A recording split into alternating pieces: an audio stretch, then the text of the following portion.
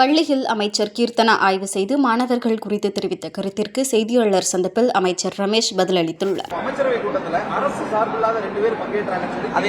அது எல்லாத்துக்கும் பதில் சொல்லிட்டாங்க சார். அதெல்லாம் பாலிசி டிசிஷன். எங்களுடைய அரசின் தலைமையில் இருக்கக்கூடியவர்கள், முதலமைச்சரும் கட்சியில் இருக்கவங்களும் அதெல்லாம் பதில் சொல்லிட்டாங்க. இங்க நான் மக்கள் குறை தீர்ப்பு முகாமுக்காக வந்திருக்கேன். மக்கள் பிரச்சனையை பத்தி பேசுங்க, இந்து சமய அறநிலையத்துறை பத்தி கேள்விகளுங்க, நான் பதில் சொல்றேன்.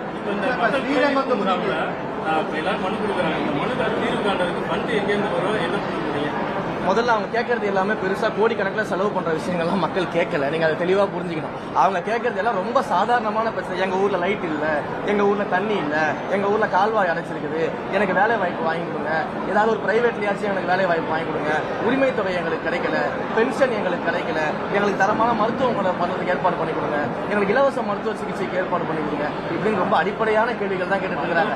முதல்ல இந்த அடிப்படையே இங்க செய்யாம இருந்திருக்காங்க. இந்த அடிப்படைக்குலாம் பெரிய அளவு தொகையெல்லாம் தேவையில்லை. ஆல்ரெடி எங்களுடைய நிர்வாகத்தில் அந்த பணங்கள்லாம் இருக்கும். அதை வச்சு நாங்கள் செஞ்சுட்டு வருவோம். கவலையப்படாது.